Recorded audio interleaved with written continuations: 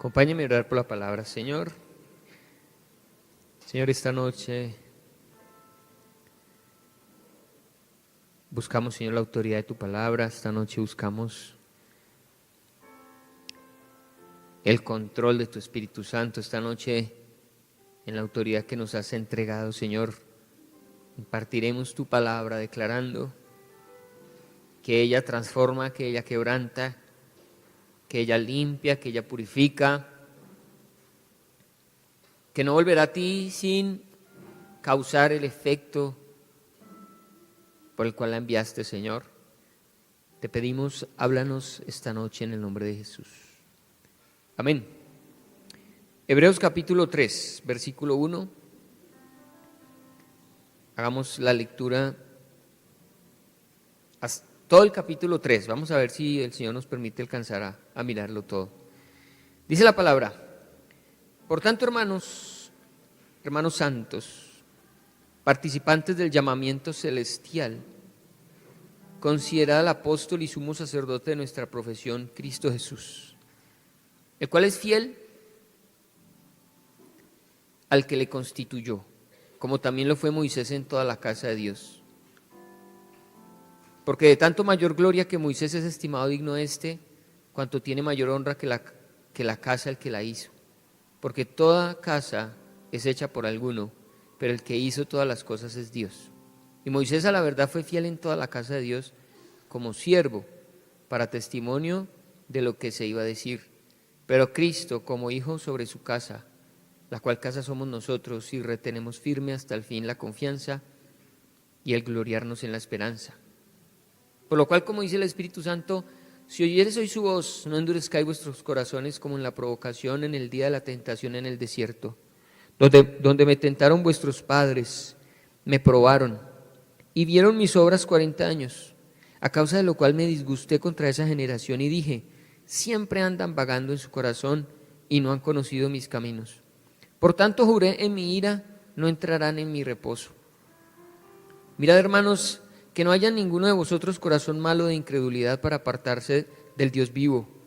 Antes exhortaos los unos a los otros cada día, entre tanto que se dice hoy, para que ninguno de vosotros se endurezca por el engaño del pecado. Porque somos hechos participantes de Cristo, con tal que retengamos firme hasta el fin nuestra confianza del principio. Entre tanto que se dice: si oyeres hoy su voz, no endurezcáis vuestros corazones como en la provocación. ¿Quiénes fueron los que habiendo oído le provocaron? ¿No fueron todos los que salieron de Egipto por mano de Moisés? ¿Y con quiénes estuvo el disgustado 40 años? ¿No fue con los que pecaron, cuyos cuerpos cayeron en el desierto? ¿Y a quiénes juró que no entrarían en su reposo, sino aquellos que desobedecieron? Y vemos que no pudieron entrar a causa de incredulidad. Entonces anote usted allí 3 puntos que vamos a estar meditando a lo largo de este pasaje. El primero es la necesidad de conocer a Jesús. El segundo, la necesidad de confiar en Jesús. Y tercero, la necesidad de tener comunión, de tener amistad, de tener vínculos entre nosotros. Eso es lo que desarrolla este capítulo 3. La necesidad de conocer a Jesús, la necesidad de confiar y la necesidad de conocer a Jesús, la necesidad de confiar en Jesús y la necesidad del compañerismo entre los hermanos. Esas 3 cosas nos van a librar de lo que dice los versículos finales en torno a que, y vemos que no pudieron entrar a causa de incredulidad, dice el último versículo. Entrar al reposo.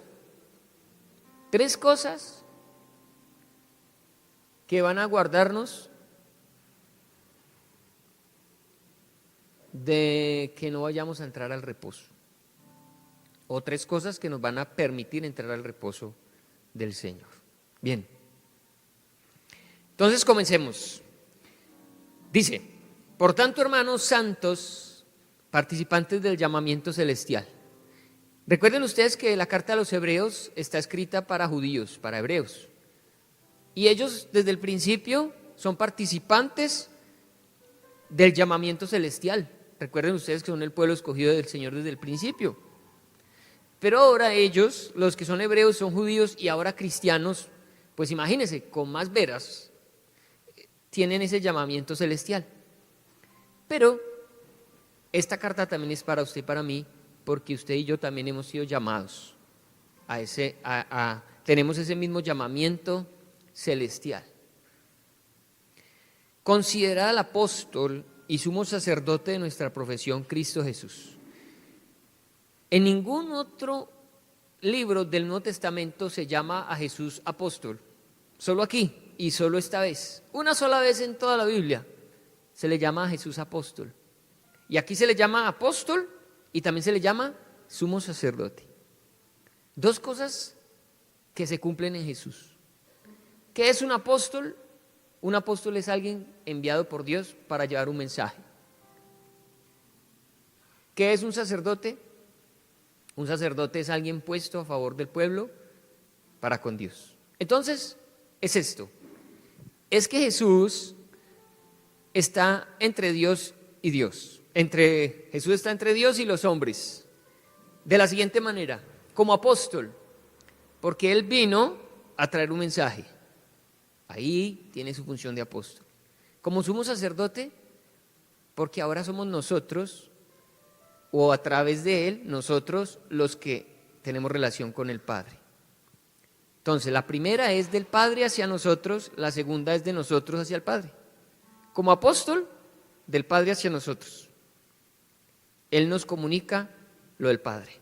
Y como sacerdote, pues lleva al Padre nuestra condición. En Él están esas dos naturalezas, como apóstol y como sumo sacerdote. De nuestra profesión, también podemos decirlo, o de nuestra confesión. ¿Cuál es nuestra confesión? Jesús. ¿A quién confesamos nosotros? A Cristo Jesús. El cual es fiel al que le constituyó, como también lo fue Moisés en toda la casa de Dios. Bien, resulta que entonces este apóstol y este sumo sacerdote tiene una característica, y es que él es fiel. Jesús es completamente fiel. Pero no solo él es fiel, también dice el texto, como también lo fue Moisés. ¿Y ahora por qué mencionan a Moisés? Bueno, recuerden ustedes que el libro de Hebreos tiene una función y es demostrar que Jesús es superior a. ¿A qué vimos que era superior? Comenzamos viendo que Jesús es superior a los profetas. Fue lo primero que dijimos, porque los profetas fueron muchos y cada uno profetizó de una manera diferente y un mensaje diferente, un mensaje especial. Mientras que Jesús es uno solo y en Él se resumen todos los mensajes. Él lo contiene todo. Por eso Él es superior a los profetas. También es superior a los ángeles. Fue lo segundo que vimos. Porque incluso los ángeles le rinden adoración. Es la orden que da el Padre. Ahora adórenle todos los ángeles. Aunque por un breve tiempo Él fue inferior a los ángeles mientras estuvo en la tierra, ahora en su nueva posición, coronado en gloria, Él es superior a los ángeles. Y ahora es superior a Moisés. Y esto para los judíos es muy importante porque los judíos valoran los profetas, valoran los ángeles, porque recuerden ustedes todo el ministerio que tuvieron los ángeles en el Antiguo Testamento, cómo Dios enviaba un ángel para pelear guerras de Israel, cómo a través de los ángeles, dice la palabra en el Nuevo Testamento, se entregaron los 10 mandamientos. Cómo a través de los ángeles se llevaban mensajes a los hombres. Entonces los judíos consideran a los ángeles superiores, pero Jesús ahora es superior. Y luego Moisés, porque si hay alguien importante para los judíos, es Moisés. Incluso ellos varias veces han discutido, ¿quién será mayor, Abraham o Moisés? Y muchos siempre han declarado que es mayor Moisés que Abraham. Pero aquí lo que quiere decir la palabra es que aunque Moisés fue fiel, Jesús es superior a Moisés, el cual es fiel al que le constituyó como también lo fue Moisés en toda la casa de Dios. Y la palabra casa, si usted mira, se va a repetir 6 veces en este versículo, en este capítulo, 6 veces. Entonces está diciendo esto, hay una casa. Una casa siempre es edificada por alguien, y si la casa es espectacular, la casa lleva honor, pero ¿quién es más famoso? El arquitecto. Esta edificación, este puente, este edificio, este centro comercial, en fin, lo diseñó fulanito de tal. Y eso va a ser por siempre famoso. Hay una casa entonces, dice la palabra, y Moisés es de esa casa, es mayordomo. Pero como estamos demostrando que Jesús es superior, Jesús en esa casa es el hijo. Es el hijo del dueño. ¿Quién es mayor? ¿El mayordomo o el hijo? El hijo. Y no solo es mayor Jesús que Moisés por ser hijo, sino porque el que la hizo también fue Jesús. Hemos visto que Jesús, por Él, para Él y por Él fueron hechas todas las cosas. Por lo tanto, esta casa también fue hecha por Él y Él es hijo en esa casa. Y Moisés fue fiel como siervo de esa casa, pero Jesús fue fiel como hijo en esa casa. Es lo que está hablando el texto. Y gira entonces mucho en torno a la fidelidad, a ser fieles. Y básicamente lo que nos va a permitir a usted y a mí disfrutar del reposo del Señor es la fidelidad. La fidelidad que tuvo Jesús, la fidelidad que tuvo Moisés. Y también es bueno que nos llamen a Moisés, porque Moisés fue un hombre, como usted y como yo, que en su camino se encontró con muchos errores. Él también la embarró muchas veces, pero él nunca se detuvo por equivocarse, sino que él llegó hasta el final de su labor, hasta que el Señor le dijo: ya, Moisés, llegaste ya. Ya tienes que subir al monte Nebo, debes morir, porque aquí termina tu tarea. ¿Fue perfecto? No, él se equivocó, pero hizo algo que es lo que el Señor nos pide a usted y a mí. No que no nos equivoquemos, porque es imposible, sino que usted y yo lleguemos hasta el final. La fidelidad es eso, es llegar hasta el final. Esa parejita de viejitos que llegaron hasta el último juntos, fieles.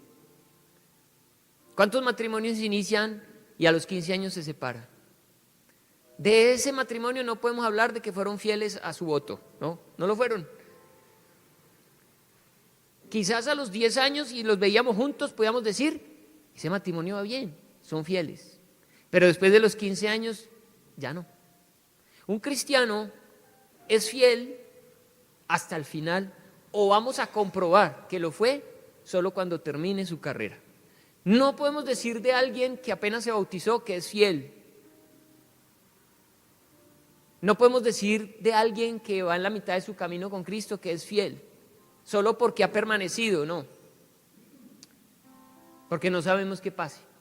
La historia de un cristiano tiene un pasado, cuando se bautizó, tiene un presente, que es el que estamos viviendo hoy, pero también tiene un futuro. Y solamente el final de su carrera demostrará si fue fiel o no. Hay personas, y nosotros nos equivocamos al decirle a las personas que se han alejado de Cristo: ay, pero mira, no te preocupes, porque tú un día hiciste una oración de fe. No te preocupes, porque tú un día te bautizaste. No, preocúpese porque la vida del cristiano no se fundamenta en el pasado. Que porque lo hiciste bien en el pasado y hoy la estás haciendo mal, entonces estás tranquilo. No, si lo hiciste bien en el pasado y hoy lo estás haciendo mal, corres el riesgo de no ser salvo, de nunca haber sido salvo. ¿Cuándo vas a saber que lo hiciste bien? Solo cuando el Señor te diga: bien, buen siervo y fiel. En lo poco fuiste fiel, en lo mucho te pondré. Entra en el gozo de tu Señor. Por lo tanto, este llamado a la fidelidad es un llamado a perseverar. ¿Hasta cuándo? Hasta el fin, hasta lo último. Usted nunca puede decir, porque es peligroso, dice la palabra, considerarnos que estamos firmes. Jamás, jamás se considere firme. Jamás diga, llegué, lo logré, ya cumplí. Nunca se fresquee, ni considere, porque lo ha hecho bien hasta el día de hoy, que puede tomarse unas vacaciones. Porque la fidelidad consiste en permanecer firme hasta el final. ¿Qué tal donde Jesús hubiera sanado enfermos, resucitado muertos, echado fuera demonios, pero en esa noche en Getsemaní, orando, le hubiera dicho el Padre, Padre, si es posible, pasa de mí esta copa? Y Jesús hubiera parado y hubiera huido, no hubiera ido a la cruz. ¿Hubiera sido suficiente? No hubiera servido absolutamente de nada. Así haya predicado lo que predicó y hubiera sanado a los enfermos y hubiera hecho lo que sea. Él tenía que llegar hasta el final de su carrera. Y lo hizo. Y lo hizo. ¿Qué tal Moisés también? Moisés saliendo de Egipto, llegando a un lugar donde el pueblo pidió agua. Él haberles dado agua y haber golpeado la roca 2 veces cuando eso no se debía hacer. Y quizás él ahí dejar así, decir no pude, no fui capaz. O cuando subió por los mandamientos y regresó y vio al pueblo todo enfiestado, alabando y adorando una figura de oro, y él hubiera podido decir no, hasta aquí llegué, cumplí, lo saqué de Egipto, ya cumplí, y él irse, porque no fue capaz. ¿Hubiera sido fiel? No. Aunque él sacó a Israel de Egipto, solamente fue llamado fiel cuando en las orillas del Jordán, ya para cruzar, él se despide y les dice, muchachos, el Señor me dijo que yo no puedo pasar con ustedes. Hasta aquí llegué yo. Y no hubo problema, él no cruzó, pero era el propósito de Dios, era la tarea. Por lo tanto, el tema tiene que ver con la fidelidad. Y la fidelidad nos va a llevar a entrar al reposo del Señor. Y para poder entrar al reposo del Señor tenemos que conocer a Jesús, confiar en Jesús y tener comunión nosotros. Sigamos leyendo. Porque de tanto mayor gloria que Moisés es estimado digno hablando de Jesús, cuando tiene mayor honra que la casa, el que la hizo. Porque toda casa es hecha por alguno, pero el que hizo todas las cosas es Dios. Ahí está hablando de que Jesús mismo hizo esa casa. Y Moisés a la verdad fue fiel en toda la casa de Dios como siervo, para testimonio de lo que se iba a decir, pero Cristo como hijo sobre su casa, la cual casa somos nosotros. Finalmente la casa edificada somos usted y yo, y Moisés aportó para esa casa y Jesús lógicamente.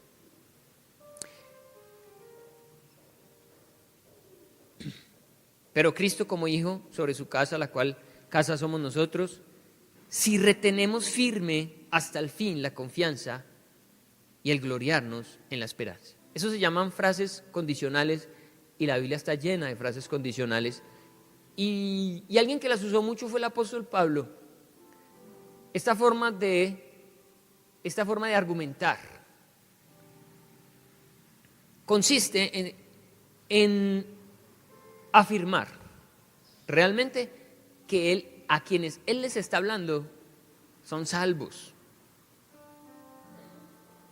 aunque lo dice de una forma que pareciera como poniéndolo en duda. ¿Por qué? Porque dice, pero Cristo como hijo sobre su casa, la cual casa somos nosotros, si retenemos firme hasta el fin la confianza.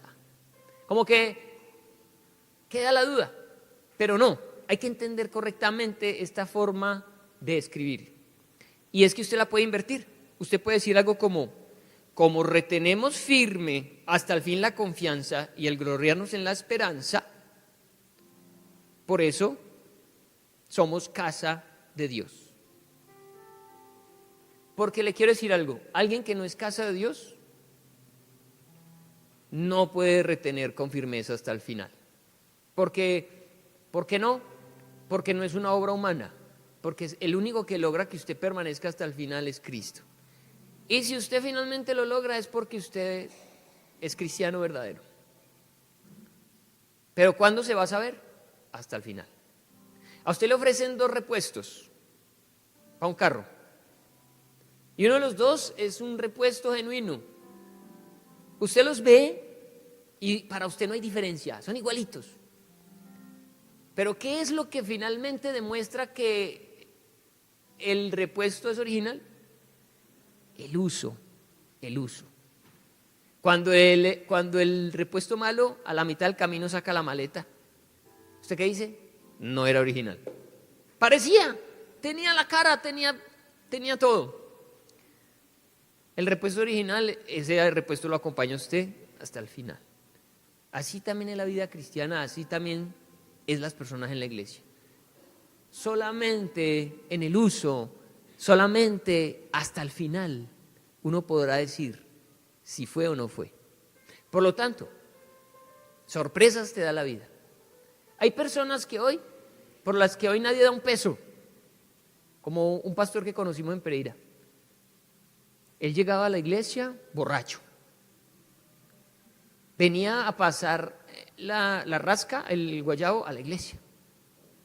Y era rechazado por un grupo de personas, pero las más viejitas les llevaban el caldo y todo, después del culto.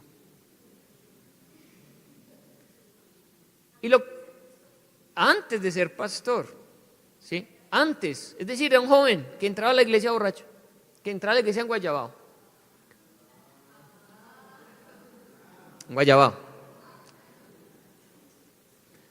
Si usted lo viera, usted quizás diría, ¿ese qué? Conchudo, aquí viene a la iglesia, ese que está creyendo, porque para usted no tiene cara.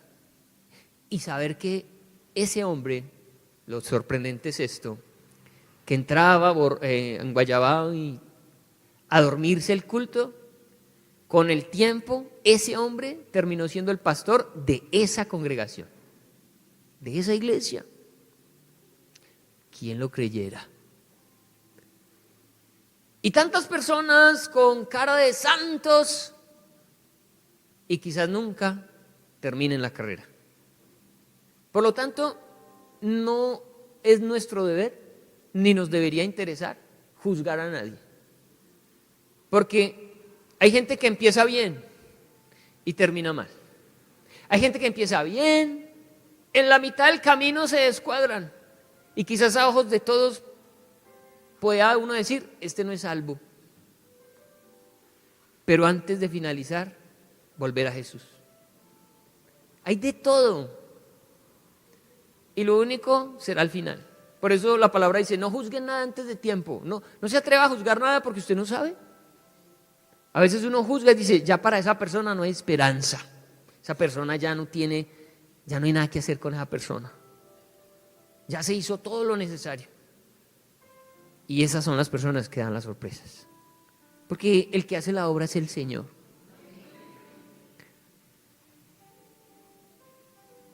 ¿Cuál es su tarea? La suya. Persevere hasta el final. No más. No me preocupe más. Usted solamente preocúpese de perseverar. Bueno. Por lo cual, como dice el Espíritu Santo, en el Salmo 95 lo dice esto. Si oyereis hoy su voz, no endurezcáis vuestros corazones como en la provocación en el día de la tentación en el desierto. El Salmo 95 está hablando de un acontecimiento que ocurrió en el libro de Éxodo. Imagínense que unos 15 días, aproximadamente 20 días, después de que Israel sale de Egipto, llegaron a un lugar donde no había agua. Yo le digo a usted, ¿usted se desespera con sed? Cuando usted tiene sed, ¿usted se desespera? ¿Usted anhela tomar algo? Y la ventaja es que usted y yo muchas veces tenemos a la mano líquido y ya.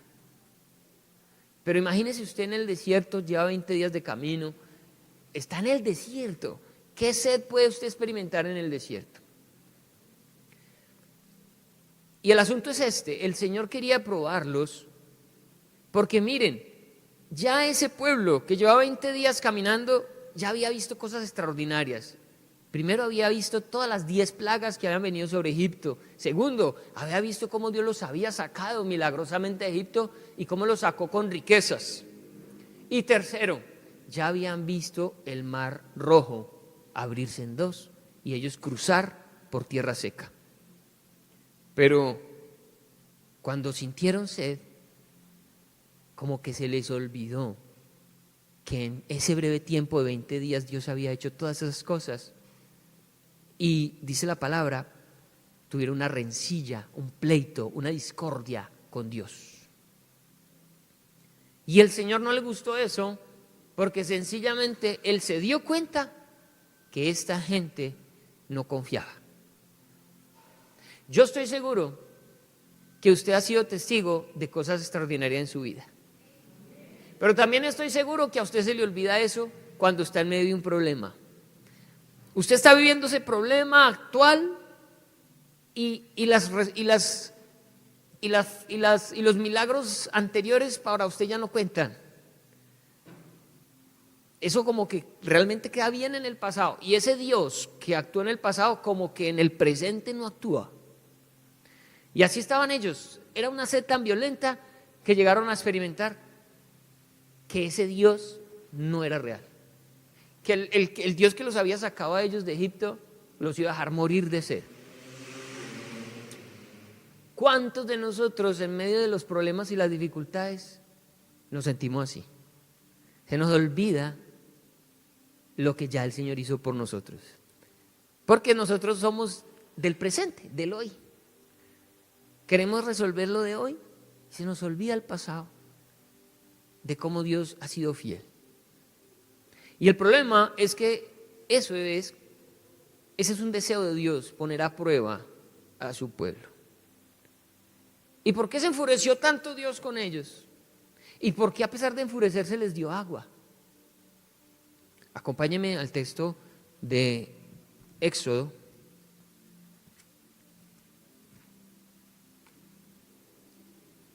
Capítulo 17. Miren ustedes que el capítulo 15 se llama Cántico de Moisés y de María. Ellos sabían, después de que cruzaron el mar, de que cruzaron por tierra seca, cuando llegaron al otro lado y vieron el ejército de los egipcios perecer, adoraron, cantaron, saltaron, danzaron. Y unos días, como 5 días más, 8 días más, estaban en esta situación. Y mire cómo fueron sus acciones. Toda la congregación, versículo 17:1, toda la congregación de los hijos de Israel partió del desierto de Sin por sus jornadas conforme al mandamiento de Jehová y acamparon en Refidín y no había agua para que el pueblo bebiese. ¿Y qué hizo? Y altercó el pueblo con Moisés y dijeron, danos agua para que bebamos. Y Moisés les dijo, ¿por qué altercáis conmigo? ¿Por qué tentáis a Jehová? Así que el pueblo tuvo allí sed y murmuró contra Moisés y dijo, ¿por qué nos hiciste subir de Egipto para matarnos de sed a nosotros, a nuestros hijos y a nuestros ganados? Se les olvidó que Dios venía obrando sobrenaturalmente, pero para ese momento había una realidad, nos vamos a morir de hambre. Quizá la realidad que usted está viendo ahorita, esa realidad que le dice, ¿qué le está diciendo? ¿Qué le dice hoy su realidad? Seguramente le dice, hasta aquí llegué, yo no puedo más. Esto se acabó. Me enfermé. Me voy a morir. No tengo dónde vivir. Me voy a quedar solo. Cantidad de cosas que pueden venir a su mente y a su corazón. Y usted levanta sus ojos a Dios y casi que usted le dice a Dios, Señor, ¿para qué me trajiste hasta acá? ¿Para qué? ¿Para qué me has dejado vivir hasta este día? Y resulta que el Señor en Hebreos nos está mandando una advertencia y está diciendo, Jesús fue fiel hasta el final y Moisés fue fiel hasta el final. ¿Usted se imagina si Jesús al primer guarapazo que le metieron se hubiera desanimado? Cuando le escupieron el rostro, cuando le jalaron la barba, cuando le pusieron la corona de espinas. Pero él sabía que Dios no lo iba a dejar. Él sabía que tenía que llegar hasta el final. Moisés fue igual, fue fiel hasta lo último. Hoy el Señor le dice, no se desanime, sea fiel hasta lo último, siga, continúe, porque hay una promesa, un reposo. Pero un reposo condicionado. Entonces, miren el versículo 7, cómo termina y por qué el Señor se enoja. Y llamó el nombre de aquel lugar Masá y Meribá, que en hebreo significa discordia, pleito, altercado o rencilla. Y llamó el nombre de aquel lugar Masá y Meribá por la rencilla de los hijos de Israel y porque tentaron a Jehová diciendo, ¿y qué fue lo que dijeron? ¿Está pues Jehová entre nosotros o no? Señor, ¿usted está conmigo o no? ¿Usted dijo que me iba a ayudar o no? ¿Usted me va a salir calceto? Señor, ¿usted sí escucha mis oraciones? Señor, ¿usted sí me ama? Y sin querer queriendo nosotros caemos en lo mismo que ellos. Igualito. Llegamos a dudar de que Dios está entre nosotros. Yo lo he dudado. Yo soy honesto. Y tengo que decirle que he dudado. ¿Será que el Señor sí está conmigo? ¿Será que el Señor sí me escucha? ¿Será que de esta sí voy a salir? Si usted no ha dudado, gloria a Dios por usted. Amén, siga así. Pero si usted ha dudado, hoy el Señor nos dice, ojo con eso, porque las personas que dudan se pierden de entrar en el reposo. ¿Qué pasó? En esta ocasión, el tema se resolvió porque Dios le dijo a Moisés, coge tu vara, golpea la roca, y cuando vayas a golpear la roca, de esa roca va a emanar agua. Era tanta agua que corría como un río, no era un chorrito, como cuando usted ve salir de esos chorritos en las carreteras, en la tierra que ponen un tubito de PVC y sale un chorrito. No, eso no era un chorrito porque eran 2 millones de personas. 2 millones de personas para tomar agua y sus animales. No crean que era un chorrito. Cuando Moisés tocó la roca, eso salió agua como un río. Y todos bebieron y saciaron su sed. Pero casi 40 años después ocurre lo mismo. Y se quejan igualito. Números capítulo 14, si no estoy mal. ¿Y saben qué? Moisés. Dios le dice a Moisés, Moisés, levántate, toma tu vara, pero háblale a la roca y la roca va a dar agua. Pero Moisés estaba tan furioso con el pueblo que no le habló a la roca, sino que le pegó a la roca 2 varillazos. Y esa roca, dice la palabra, era Cristo. Golpeó a Cristo. ¿La roca dio agua? Sí. Pero Dios le dice a Moisés, Moisés, por esta razón tú ya no vas a entrar a la tierra prometida. No vas a entrar. Listo, así quedó la cosa. 2 ocasiones en el tema del agua. Vuelva por favor a Hebreos, donde estamos, capítulo 3.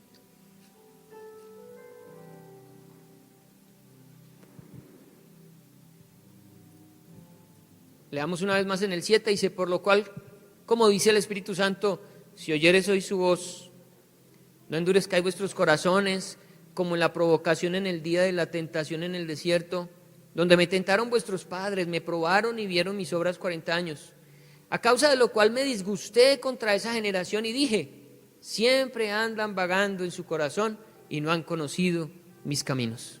¿Qué significa eso de andar vagando en el corazón y no conocer los caminos? ¿Recuerdan ustedes que el primer punto es conocer a Jesús?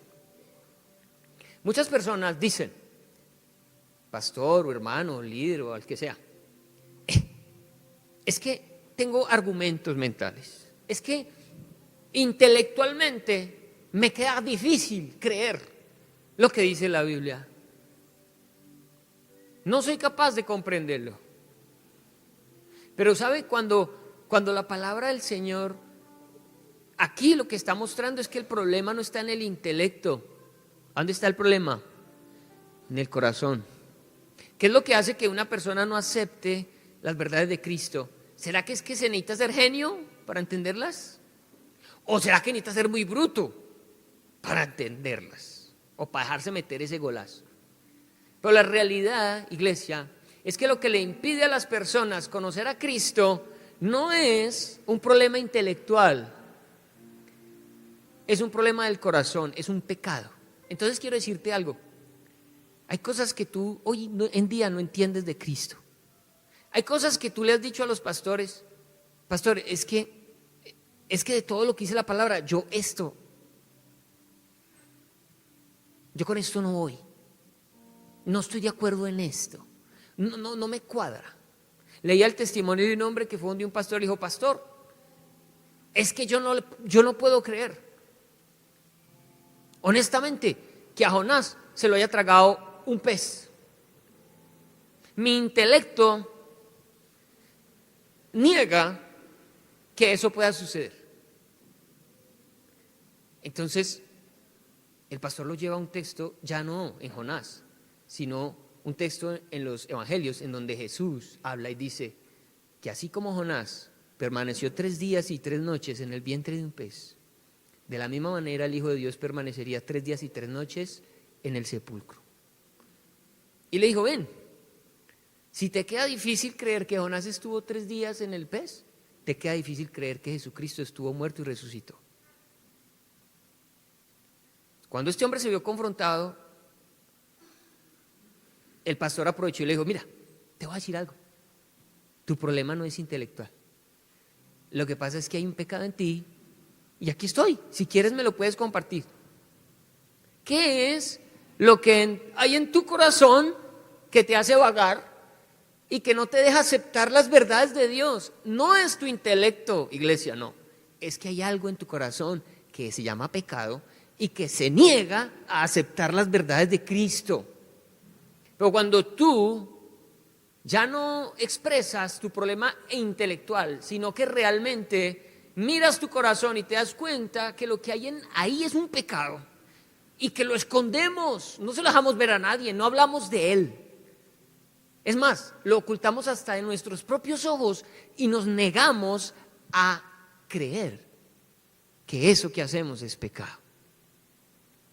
Y mientras eso esté en el corazón, jamás podremos conocer a Jesús.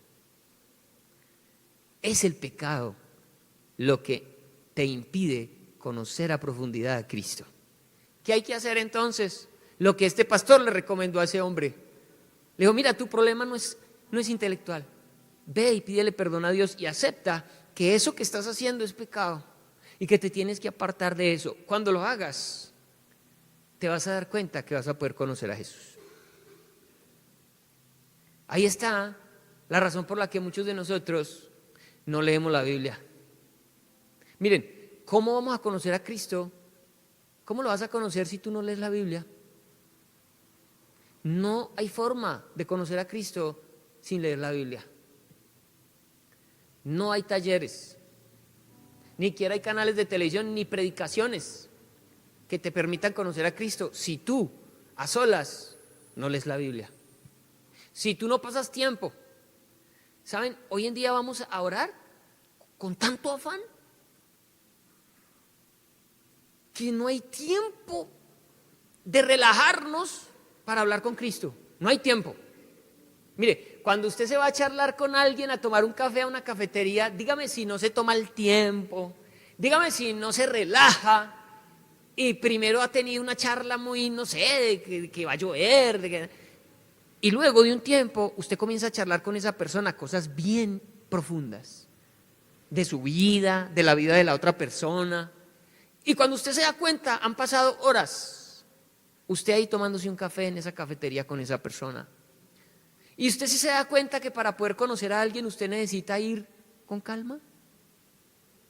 Usted no puede ir a hablar con una persona, ¿qué hubo? ¿Cómo le ha ido? Bien, bueno, no, todo bien, chao. Que así hacemos con Jesús. Uy, Señor Padre, uy, tengo un examen hoy, vea, no, eso va a estar más difícil, pero todo bien, ayúdeme, Espíritu Santo.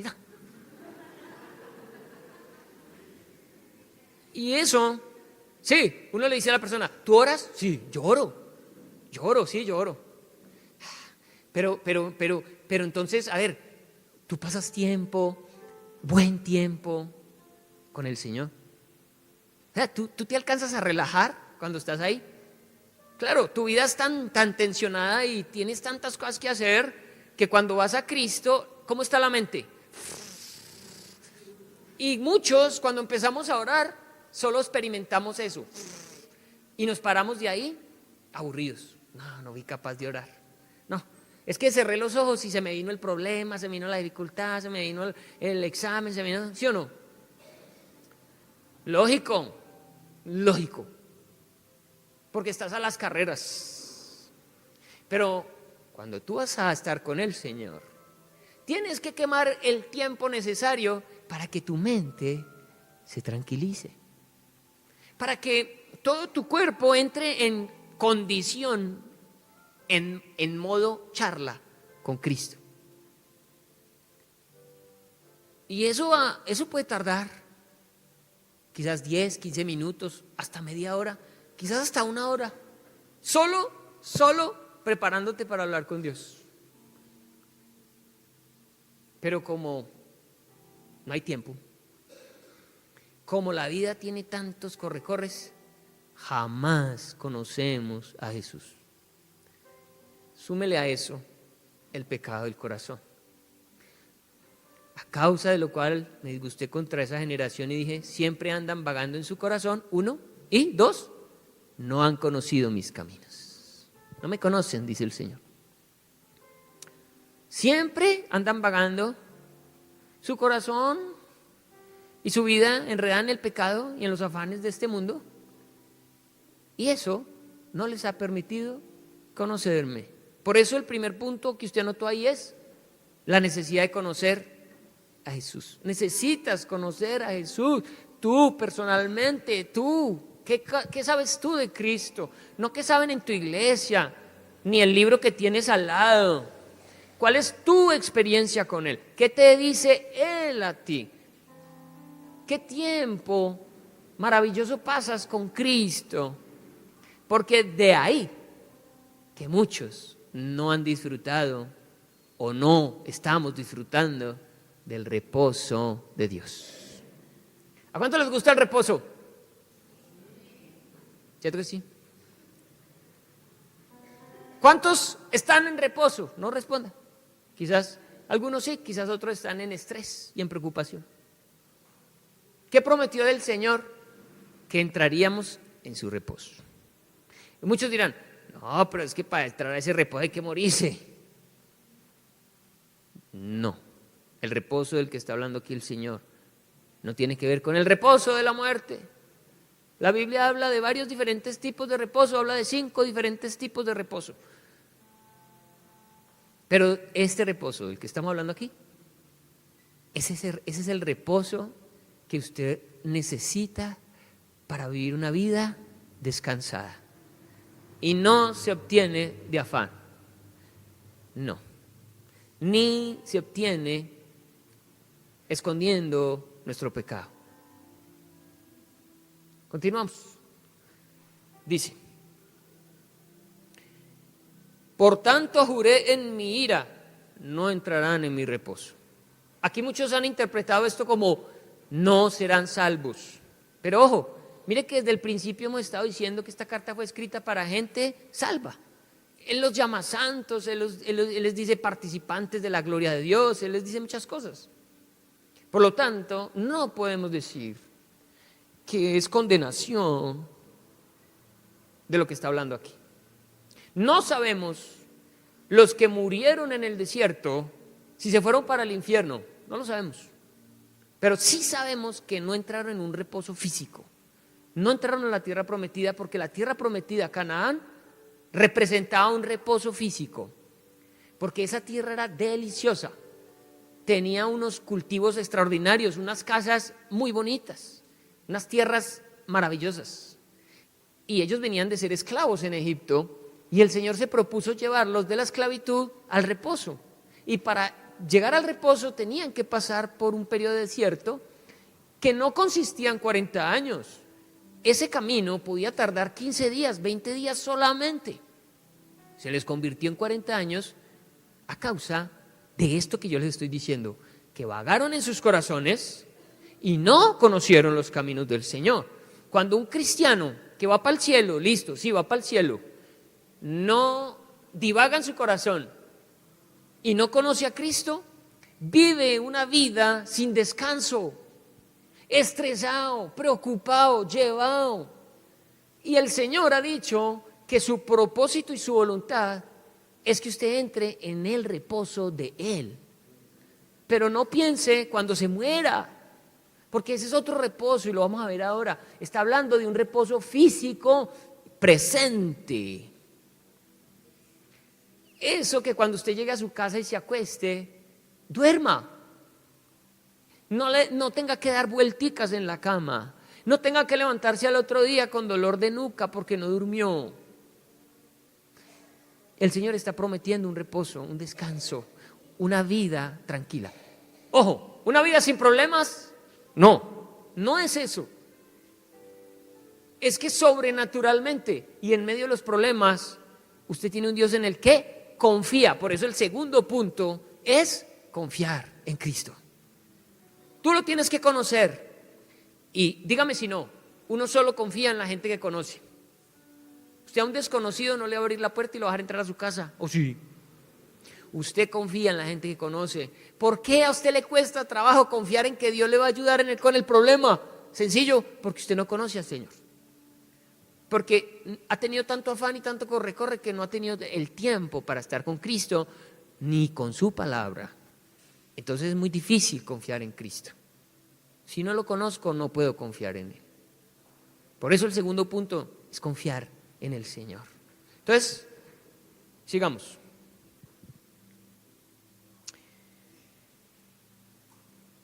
Y dije, por tanto juré en mi ira, no entrarán en mi reposo. Ya sabemos qué reposo. Bueno, quiero aclararlo de una vez.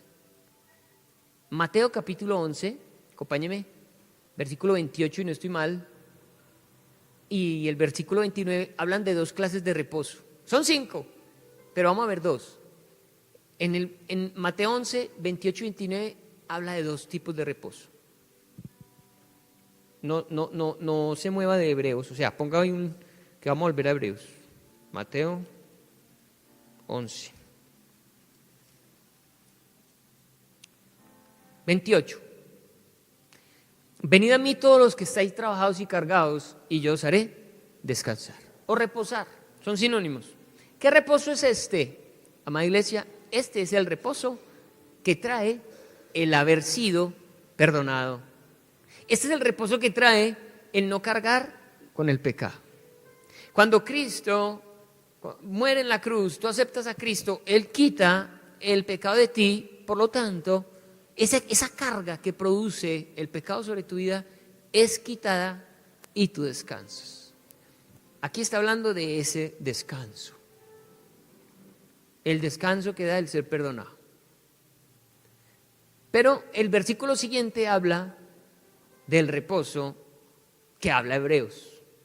¿Cuál es? 29.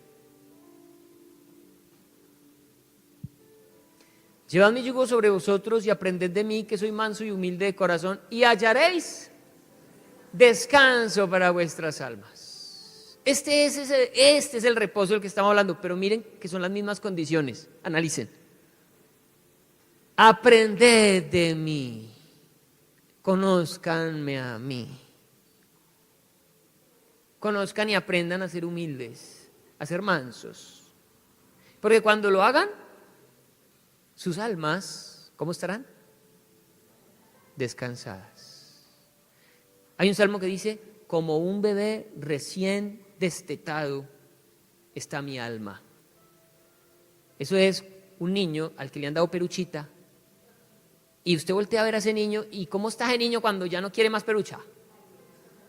Está sudando, colorado y dormido. Ese chino lo tiene todo. Está llenito, está calientico, está con la mamá, está durmiendo. Qué bonito cómo expresa el Salmo la condición del alma, el alma que el Señor quiere que usted y yo tengamos. Como un niño recién amamantado está mi alma. ¿Será que el Señor nos quiere ver angustiados, corriendo de un lado para otro? Por eso es que Él tiene que decir, no entrarán en mi reposo. Sí, son mis hijos, sí, van para el cielo, pero tengo que decirles que a causa de que no me conocen y de que no confían en mí, sencillo, van a tener vidas sin reposo. ¿Cómo va a ser un cristiano así, iglesia?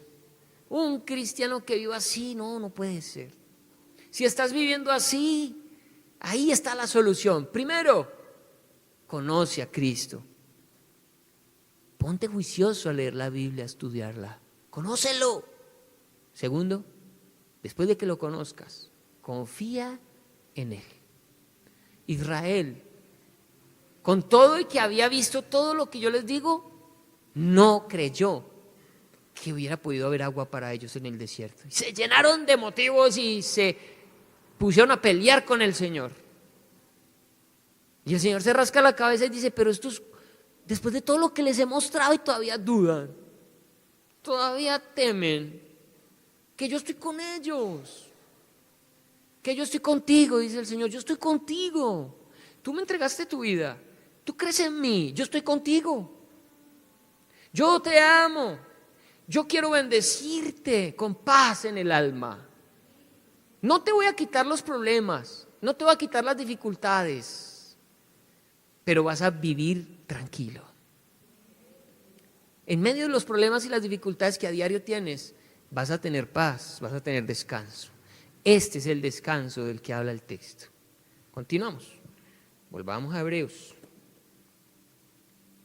Mirad, hermanos, que no haya en ninguno de vosotros corazón malo de incredulidad para apartarse del Dios vivo. Ay, ¿cómo así, pastor? Que en la iglesia puede haber esto. Sí, en la iglesia puede pasar esto, que haya entre nosotros alguien con corazón malo de incredulidad. Y esa incredulidad lo lleve a apartarse de Dios. Ahí es en donde yo les digo que la vida del cristiano tiene tres tiempos: el pasado, el presente y el futuro. En el pasado creyó, pero la incredulidad en el presente lo ha apartado de Dios. ¿Cómo actúa un cristiano incrédulo? No ora, no tiene cómo. No lee la Biblia, no hay forma. No va a la iglesia, no hay congrega. Quizás hasta está coqueteando más bien con el mundo. Si persiste así y la muerte le llega así, ¿qué concluimos? Que aunque se bautizó, nunca fue salvo. Pero puede darse el caso, se bautizó. El presente es que está descuadrado, apartado de Dios. Pero como en él está la simiente de Cristo, él va a volver. Él va a regresar. Pero dígame una cosa, ¿cómo la va a pasar mientras esté apartado del Dios vivo? Por eso el mensaje, fidelidad, fidelidad, iglesia, fidelidad, hasta el final. Sean fieles hasta el final, porque los que son míos son fieles hasta el último. Está el caso, sí, alguien empezó bien y para este momento a ojos de muchos quizás se diga, ese no es salvo. Como ese borrachito, como ese que va, Dios que va a tener un plan con él. No sabemos, iglesia, no juzgue. No juzgue al que está desviado, no juzgue al que no está aquí, no juzgue al que está en el mundo. No sabemos, solo hasta el final. Ore por ellos, es lo que dice la palabra. ¿Para qué? Para que vuelvan a Dios, porque son hijos de Dios. Pero hay una advertencia, el Señor no quiere eso para su iglesia, no quiere que alguien se aparte del Dios vivo. El apartarnos del Dios vivo nos pone en las manos ¿de quién? De Satanás. ¿Y qué quiere Satanás con usted? Comérselo con papa y yucas. De ahí que hay cristianos reblujados, llevados, vueltos nada. ¿Es voluntad de Dios? No. Se apartaron del Dios vivo. Antes exhortaos los unos a los otros cada día, entre tanto que se dice. ¿Qué se dice? Hoy. ¿Cuál es el tiempo? Hoy. ¿Te bautizaste en el pasado? ¿Será que con eso tienes? ¿Por qué? ¿Porque importa Él? Hoy. ¿Cómo estás? Hoy. ¿Cómo estás hoy con el Señor? Hoy. No vivas de las glorias pasadas. No vivas de las glorias pasadas. No. Servirán si llegas hasta el final, porque se acumulan, como las millas en la gente que vuela en aviones. Se acumulan. Pero el Señor necesita que tu vida cristiana sea un continuo hoy, un permanente hoy. Hoy estoy arrepentido, hoy quiero de Cristo, hoy quiero estar cerca del Señor, hoy quiero comunión con el Señor, hoy. No digas, ya, llevo 10 años de cristiano, yo creo que ya. No, ojo con eso. Hoy. ¿Y cuál fue el tercer punto que dijimos allí? Primero, conocer a Jesús. Segundo, confiar en Jesús. Y tercero, comunión. Porque dice, para que ninguno de vosotros, antes exhortaos los unos a los otros cada día. ¿Necesitas la iglesia? ¿Un cristiano necesita una iglesia? ¿Será que es posible ser cristiano sin iglesia? No se puede. A muchos les gustaría no pertenecer a la iglesia. A muchos no les gusta venir a la iglesia. A algunos les gusta venir a la iglesia, pero no les gusta relacionarse con la iglesia. Yo voy, alabo, escucho la palabra y chao. Voltea a ver al que tiene al lado, voltea a ver al que tiene atrás y pregúntese, ¿sé quién es? ¿Sé cómo se llama? ¿Sé de dónde viene? ¿Sé cuáles son sus problemáticas? Pues para poderlo exhortar necesito conocer a esa persona.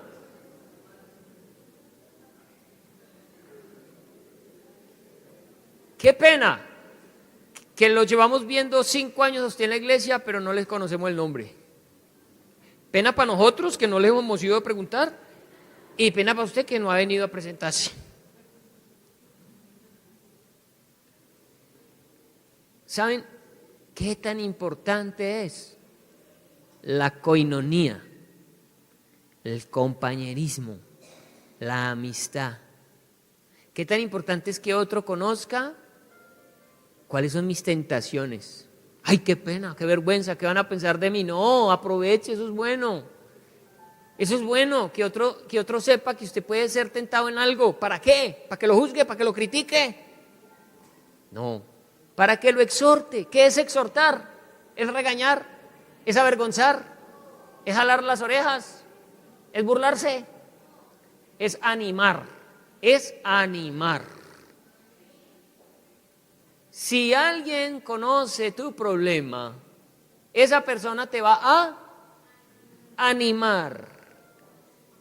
Pastor, pero donde sepan lo que yo hago, sí, yo sé. Y eso es porque aún no conocemos a Cristo. Porque cuando conocemos a Cristo no juzgamos. Cuando conocemos a Cristo respetamos el proceso del otro. Cuando conocemos a Cristo no nos burlamos. Cuando conocemos a Cristo realmente nos interesa el bienestar del otro. Claro, pues hay que empezar por conocer a Cristo, iglesia.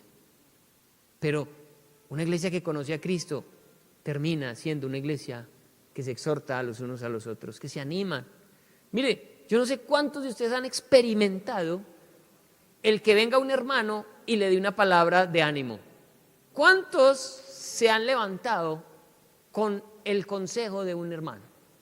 Con la palmadita en el hombro de un hermano, con la llamadita, con la celebración de un cumpleaños, con la tomada de un cafecito. ¿Cuántos se han sentido fortalecidos porque hay alguien que los tiene en cuenta? Porque ninguno de nosotros somos los superhombres y las supermujeres. Porque no fuimos hechos para estar solos. Fuimos hechos para tener a alguien al lado que vive situaciones semejantes y que me puede decir, tranquilo, yo pasé por ahí, el Señor te va a ayudar. Esas palabras animan. Ahora que estuvimos con los pastores en Pereira, conocimos historias de pastores y cosas que viven y por dónde pasan. Y cuando nos cuentan, uno dice, uy, qué bendición saber que alguien vive eso y lo que Dios hizo. Conocer el testimonio de otra persona alienta tanto, anima demasiado. Cuando alguien te llama porque llevas 8 días, un mes sin ir a la iglesia y ay, mi hermano, ¿qué le pasa? ¿En qué le puedo? No, mira, vamos a orar. No, vea, cuente conmigo. Yo le garantizo que esa persona se levanta con ganas de venirse para la iglesia. Se siente querido, se siente amado. La Biblia lo enseña. El Señor nos dejó en iglesia. Nos necesitamos. Dígale al que tiene al lado, te necesito. Sí, yo te necesito. Te necesito, necesito tu compañía. Necesito tu amistad. Propongámonos algo, iglesia. Propongámonos algo. Ustedes han visto que todos los jueves cuando empieza el culto hay un compartir. Propongámonos charlar con alguien que no conocemos. Venzamos la pena. ¿En qué consiste? En que usted les va a ir a hablar de filosofía, de las profundidades del evangelio. No. Simplemente vaya y diga, ¿cómo te llamas? ¿Cómo te fue hoy? ¿Necesitas que ore por ti? ¿Hace cuánto estás en la iglesia? ¿Están bonitos sus zapatos? ¿Ese color de uñas es cuál?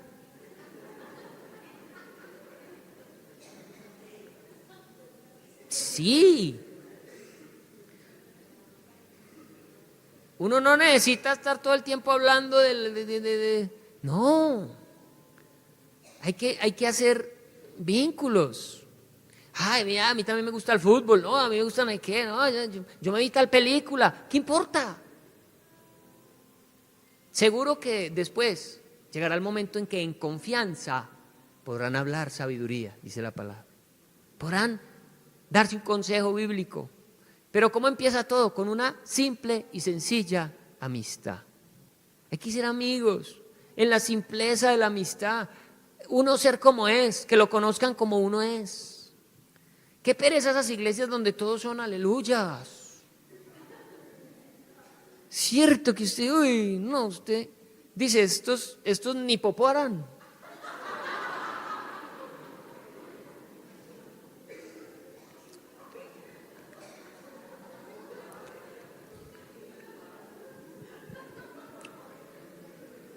Pero iglesia, entiéndame, somos humanos. Necesitamos ser lo que realmente somos, no nos mostremos de otra forma. ¿Para qué? Qué pereza una iglesia así. Que la persona pecadora se sienta cómoda en este lugar. ¿Por qué? Porque hay otros pecadores con él. Pero pecadores que tienen una tarea, conocer a Jesús, santificarse cada día más, ser menos pecadores de lo que fuimos ayer. Mañana seré menos pecador de lo que fui hoy. Y que compartamos todos. Eso va a fortalecer la iglesia violentamente. Y eso va a quitar, ¿sabe qué? Ese espíritu de religiosidad, pichurrio, que hay en las iglesias. Espíritu de religiosidad, una máscara de cristianos. Y nos va a dejar ver lo que realmente somos. Eso va a permitir que podamos ser humanos pero no que nuestra doctrina sea humana. Somos humanos, pero hablamos cosas eternas, cosas gloriosas, cosas que enriquecen, cosas que edifican.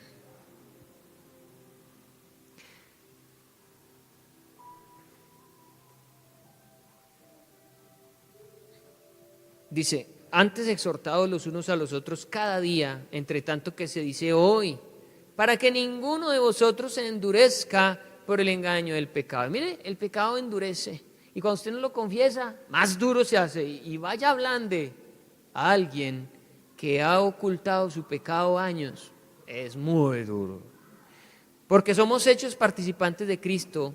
Y una vez más, otra frase condicional, porque somos hechos participantes de Cristo con tal que retengamos firme hasta el fin nuestra confianza del principio. Entre tanto que se dice, si oyeres hoy su voz, no endurezcáis vuestros corazones como en la provocación. ¿Quiénes fueron los que habiendo oído le provocaron? ¿No fueron todos los que salieron de Egipto por mano de Moisés? ¿Y con quiénes estuvo él disgustado 40 años? ¿No fue con los que pecaron, cuyos cuerpos cayeron en el desierto? No entraron en su descanso. Cayeron muertos en el desierto, dice la palabra. ¿Y a quiénes juró? ¿Y a quiénes juró que no entrarían en su reposo sino aquellos que desobedecieron? Y vemos que no pudieron entrar a causa de incredulidad. Bueno, terminamos diciendo eso. Terminamos diciendo que para ser fieles, aparte de esas tres cositas que le dije, todo eso se encierra dentro de la fe. ¿Sí? Porque incredulidad tiene que ver con falta de fe.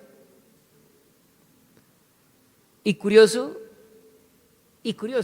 iglesia, que desde el principio hablamos de fidelidad, ¿sí o no? Ese fue el punto. Fidelidad como fue Moisés, como fue Jesús, usted y yo ser fieles.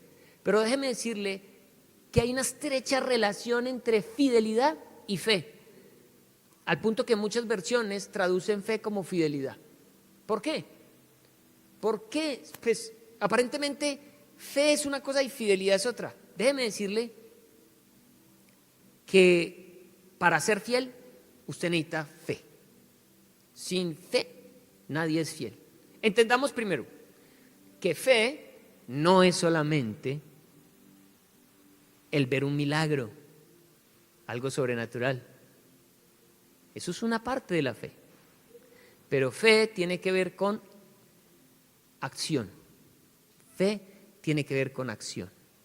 Quien cree, actúa. Sencillo. Quien cree, hace. ¿Pero qué hace? Solo la voluntad de Dios.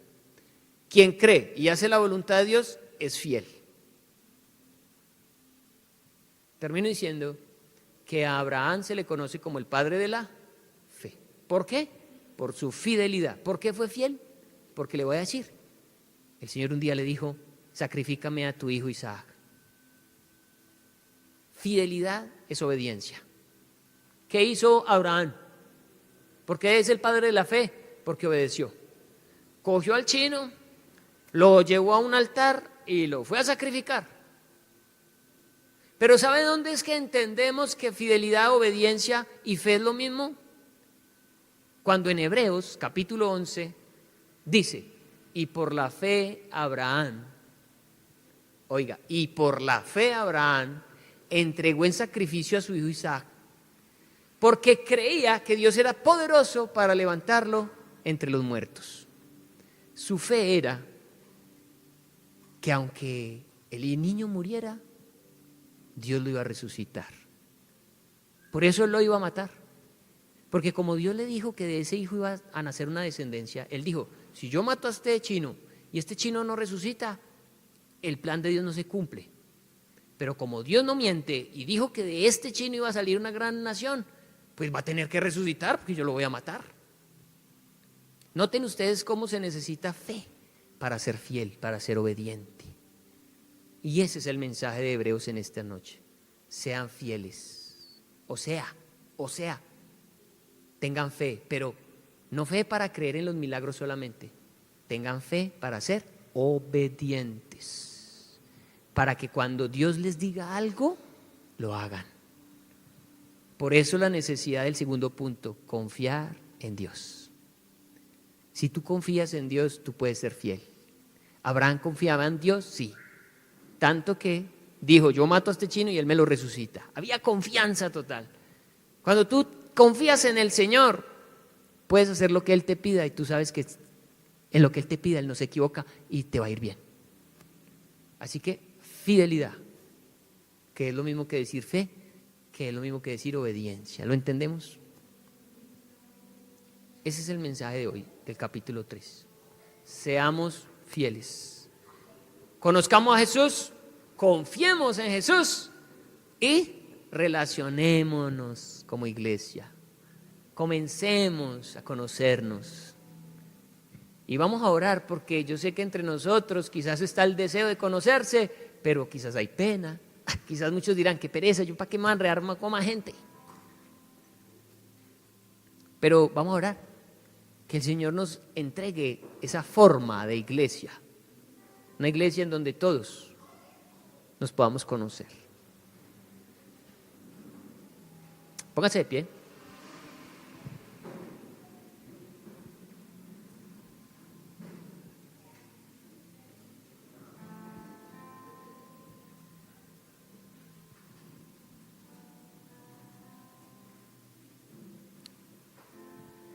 Padre amado Señor, tu palabra dice que lo que ocurrió con Israel quedó escrito como testimonio y como ejemplo para nosotros, para que nosotros no hiciéramos lo mismo que ellos hicieron. Pero Padre, como iglesia, hemos sido desobedientes, Señor, porque no hemos confiado en ti, porque tú nos has dicho que hagamos algo y por miedo no lo hemos hecho. Pero no hemos tenido fe.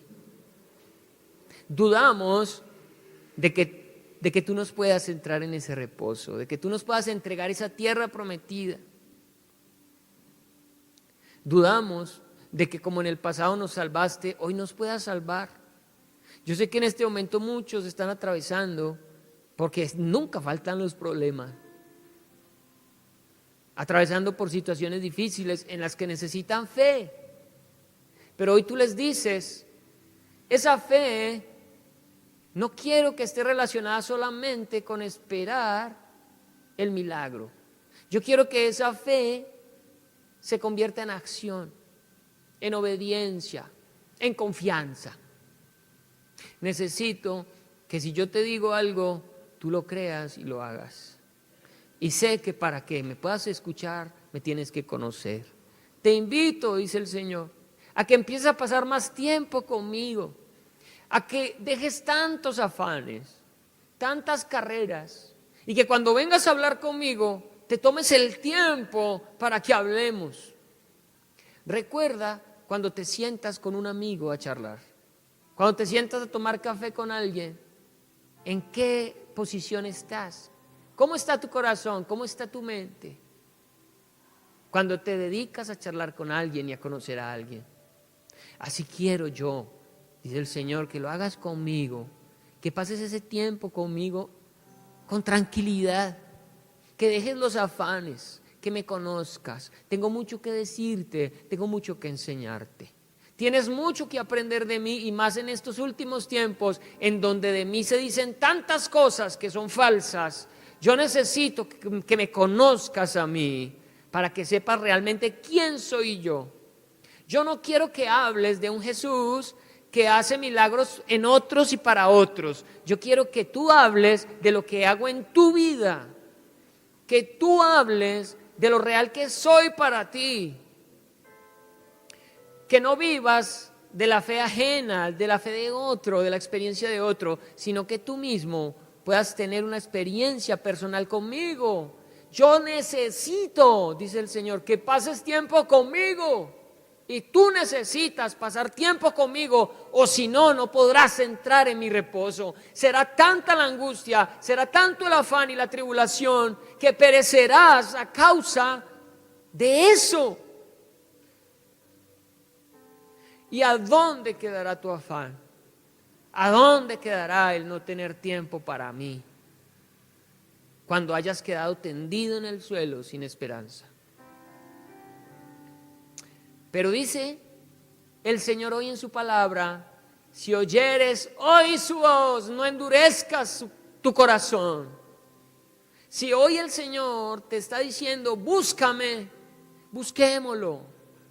Si hoy el Señor dice: conóceme, pues lancémonos a conocerlo. A ver, Padre, ¿qué quieres? ¿Qué me vas a enseñar hoy? ¿Qué tienes para mí? Vengo con tiempo para estar contigo. Saqué este tiempo solamente para pasar tiempo contigo. No quiero ser un hijo que venga de afán. Yo necesito escucharte. No solo que tú me escuches. Yo necesito escucharte. ¿Qué tienes para mí? ¿Qué quieres que yo haga? ¿Qué necesitas que yo entienda? Pero, Señor, los afanes, las tareas, los corre-corres. Por favor, ayúdanos. Ayúdanos hoy con urgencia a sacar ese tiempo contigo. La gente hoy perece de estrés, enfermedades mentales, enfermedades psiquiátricas. Como nunca la gente está siendo remitida a los psicólogos, a los psiquiatras, a las clínicas de reposo.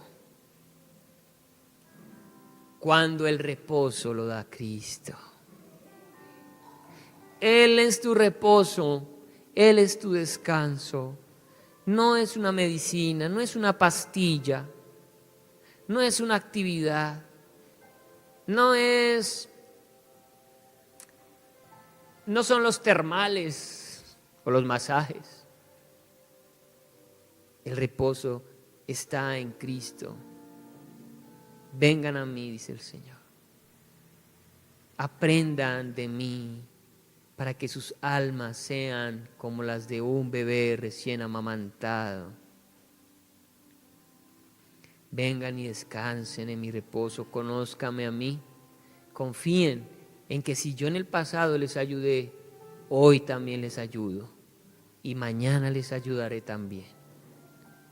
Y ámense, compartan, conózcanse, ayúdense, aconséjense, exhórtense los unos a los otros y sean obedientes y fieles hasta el final, hasta el último día, hasta el último momento. No se cansen, no tiren la toalla, no desfallezcan, sigan adelante, marchen, aunque se ponga difícil, aunque parezca no haber camino, sigan adelante, que yo abro camino en lugares desiertos, yo abro camino y hago calzadas nuevas. Señor, ayúdanos a pasar ese tiempo contigo delicioso de descanso y a tener esa vida reposada que tú has prometido, Señor. Queremos entrar en tu reposo, Señor. No queremos que se endurezca el corazón por el pecado ni por la incredulidad.